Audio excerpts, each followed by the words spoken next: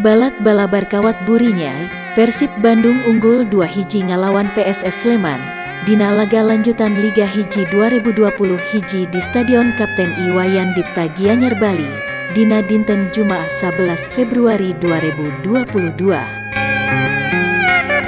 Kaunggulan dina ngalawan PSS Sleman teh, Persib naik klasemena jadi katilu, kalayan ngaraih poin 40 beda 3 poin ti Arema FC jeung Bayangkara FC, anu nyicingan 2 posisi pangluhurna di Liga Hiji. Persib leuwih unggul ti heula alatan PSS Sleman dina menit ka-20, Erwin Ramdhani mampu ngajebol gawang PSS liwat sepakanana ti jero kotak penalti.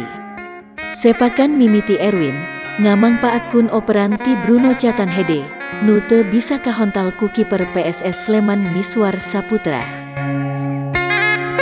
Persib beki unggul ngan 5 menit ti harita, striker Brasil David da Silva, anu bebas nangtung dina kotak penalti, bisa nyitak ku hedenan kalawan mampu ngarobah skor jadi 2-0.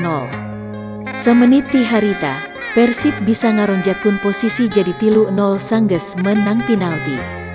Tapi, eksekusi Catanhede masih bisa dibaca ku Miswar. 4 menit sanggeus gagalna penalti, gawang Persib justru kalah ka dibobol ku PSS Sleman. Super Eagle Jawa bisa hasil ngurangan skor jadi 1-2, hasil gol nu dicetak ku urut pamain Persib, Wander Luis Thea.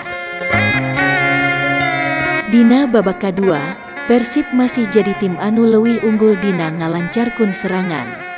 Ngan hanjakal di akhir ngarengsekunana kurang nyugemakun, ngajadikeun Persib teu bisa nyitak gol tambahan, sarta skor 2-1 ngalawan PSS, lumangsung nepi ka babak kadua rengse. Sakitu nu kapihatur, ti langit redaksi balabar kawat burinyai nu ngamancanagara, ngabewara.